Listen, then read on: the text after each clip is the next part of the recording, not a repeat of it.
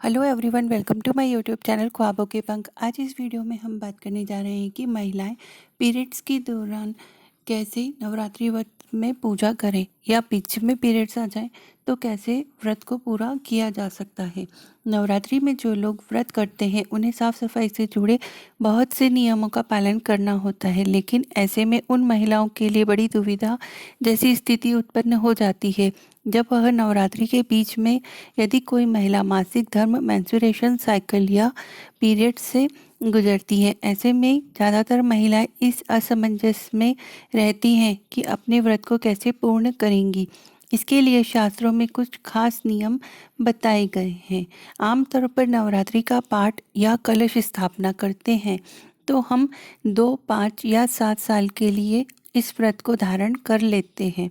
ऐसे में व्रत लगातार किया जाता है। ऐसा नहीं है कि एक साल व्रत किया और दूसरे साल पीरियड्स की वजह से व्रत छोड़ दिया। इस बीच कुछ कुछ खास बातों का ध्यान रखकर हम व्रत को पूरा कर सकते हैं। पहले से चौथे दिन यानी कि कोई महिला पीरियड से गुजरती है तो पति या पंडित से कलश स्थापना करा सकती है। इस दौरान महिला व्रत के सभी नियमों का पालन कर सकती है। शास्त्रों में वर्णित है कि कोई भी महिला अशुद्ध अवस्था में है तो वह मानसिक पूजा करे। व्रत का संपूर्ण फल आपको मिलता है। मानसिक रूप से किसी भी व्रत को करने से कोई मनाही नहीं है।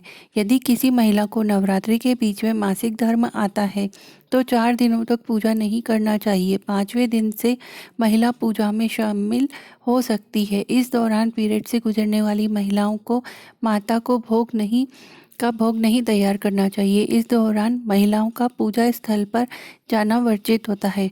पूजा की किसी भी सामग्री को स्पर्श नहीं करना चाहिए। अगर 5वें दिन कोई महिला पीरियड्स में रहती है तो ऐसी स्थिति में कन्या पूजन और हवन नहीं कर सकते हैं। इस दौरान परिवार के किसी सदस्य के द्वारा कन्या पूजन और हवन करवाया जाता है। इन बातों का आप विशेष तौर पर ध्यान रखिए। अगर व्रत या पूजा पाठ के दौरान पीरियड्स आ जाएं तो ऐसे में महिलाओं को अपना व्रत पूरा करना चाहिए। इस दौरान मानसिक रूप से भगवान की आस्था करना चाहिए। पूजा पाठ के दौरान दूर बैठकर किसी अन्य व्यक्ति के द्वारा पूजा करवा सकते हैं। इस दौरान पूजा पाठ के सामान को नहीं छूना चाहिए। आप जो सोच सकते हैं कि उसके विपरीत आप अपनी अवधि के दौरान उपवास करना शुरू कर सकते हैं। भले ही कुछ धर्मों में मासिक धर्म के आसपास वर्जित है जो महिलाओं को उपवास करने से रोकता है। मासिक धर्म के समय स्थूल पूजन नहीं करना चाहिए, यानी कि मूर्ति पूजन, देव प्रतिमा का स्पर्श, मंदिर या धार्मिक आयोजनों में शामिल नहीं होना चाहिए। इस दौरान व्रत रखकर मानसिक जप और पूजन करने में कोई मनाही नहीं है। यदि नवरात्रि के दौरान किसी महिला को पीरियड से गुजरना पड़े तो व्रत रखकर बिना मूर्ति पूजन सिर्फ मन का जाप कर माता रानी की आराधना कर सकते हैं। इस प्रकार आप अपनी पूजा अर्चना को पूर्ण कर सकते हैं।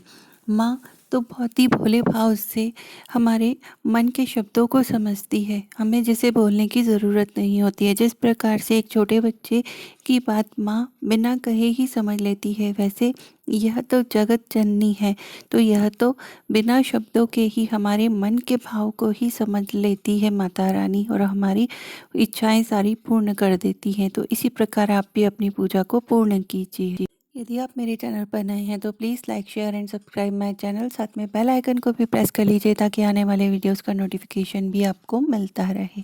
धन्यवाद।